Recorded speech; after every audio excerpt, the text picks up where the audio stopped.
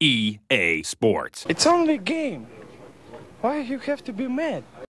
Welcome to the first of gaming-related top 10s you're going to see on this channel coming in the future. If there's any top 10s you'd like to see me do, please let me know in the comment section down below.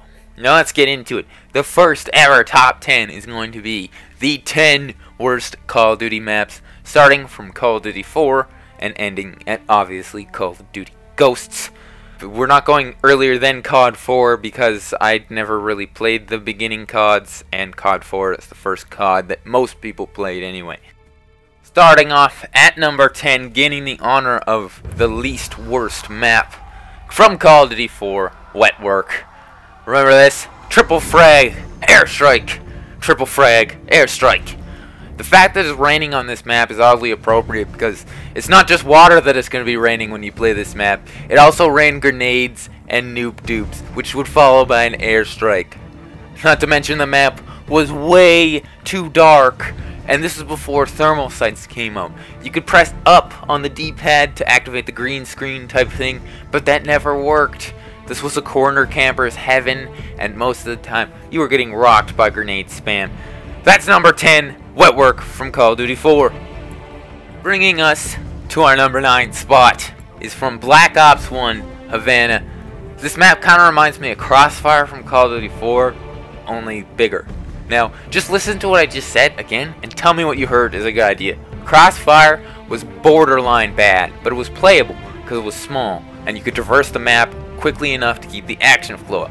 Havana, however, is just a building camp fest with a god-awful B flag placement. Not a map I wanted to play. So that's number 9, Havana, from Black Ops, the original. Brings us to a fancy mansion on a hill from Modern Warfare 2. Number 8 is Estate. This map is pretty good if you spawn on the hill with the house on it. Otherwise, have fun being killed by the dude camping with his noob tubes in that house.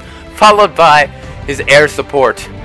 Not to mention, the dude who owns this place needs to cut his fucking grass. Like, seriously, you own a mansion, dude. You're rich. Like, he couldn't get the grass cut by his little boathouse by the dock. I mean, holy, I'm tired of Wookiees going prone in the grass and killing me.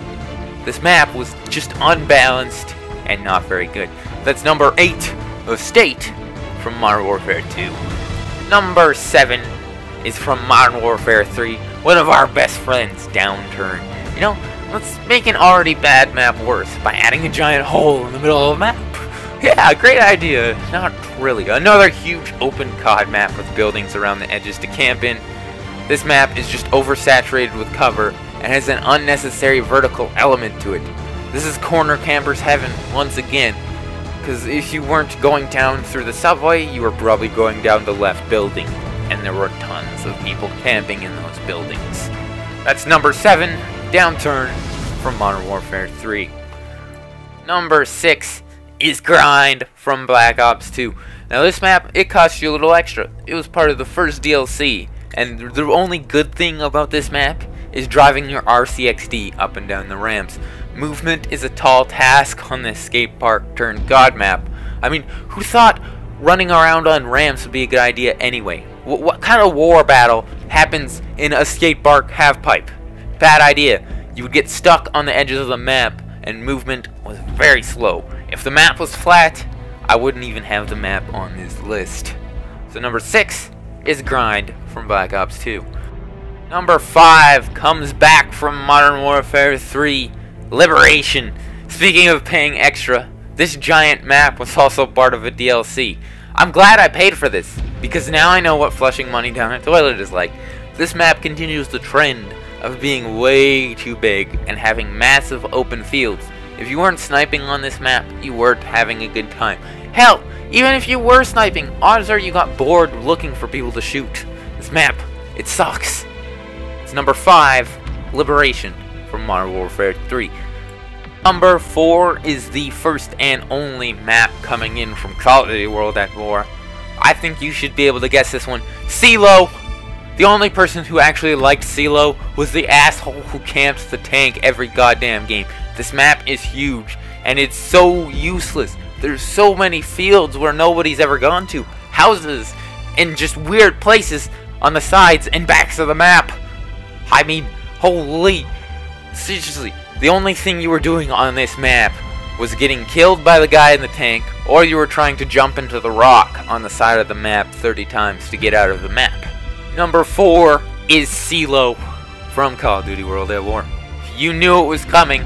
Number 3 is coming from Call of Duty Ghosts, and how appropriate. Ghosts has some awful map, but none quite like Stormfront.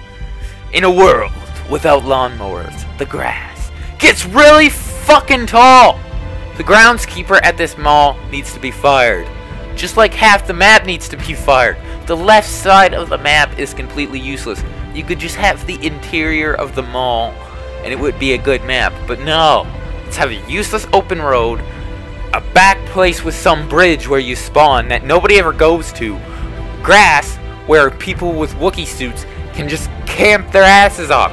This map was terrible. Seriously, why does nobody at Call of Duty know how to cut the grass?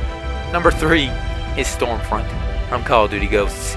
Number 2, also coming from Call of Duty Ghosts, Stonehaven.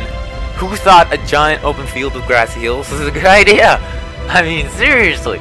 Can you even find other people on this map? Like, I feel like I'm playing a private solo match whenever I'm on this map. It's just way too big. The games take way too long with far too little action. And unless your team spawns on the castle side, enjoy getting killed by the one guy who got any kills as air support. Number 2, Stonehaven from Call of Duty Ghosts. Now it's time for us to go over a few dishonorable mentions before we get to the worst map in Call of Duty history.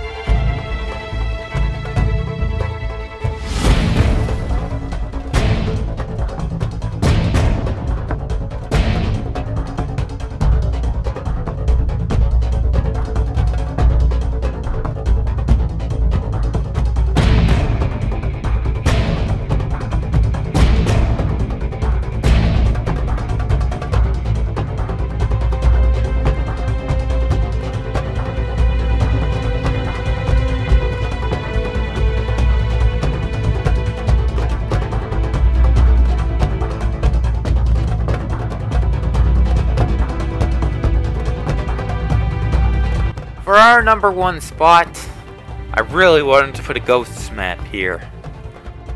Memories of this map haunt me every night. I wouldn't put any other map in the first spot, and while you may disagree with me, this map is just awful. It's a remake from Call of Duty 2, but it's in Modern Warfare 2. It's Wasteland. Every player would just end up in the bunker in the middle of the map anyway, which is ironic because this map is huge. But that's really not the problem. The problem is how wide open it is. Anyone with a thermal sniper or a noob tube would kill on this map. On top of that, the instant a kill streak showed up, you'd be dead. The amount of times the game ended on a nuke by a dude who camped with a noob tube is just too damn high. Also, radiation on the edges of the map is annoying, but maybe it kind of makes sense because you're gonna get a nuke anyway. Just awful map. Anyways, you probably don't agree with my list. What does your list look like? Please leave a comment down below and tell me which maps you thought were the worst in Call of Duty history. And if there are any top 10s you'd like me to do pertaining to gaming, please just leave a comment down below and I'll try my best to get to them. Anyways, I'm missing. Thank you very much for watching my list and have yourselves a wonderful day.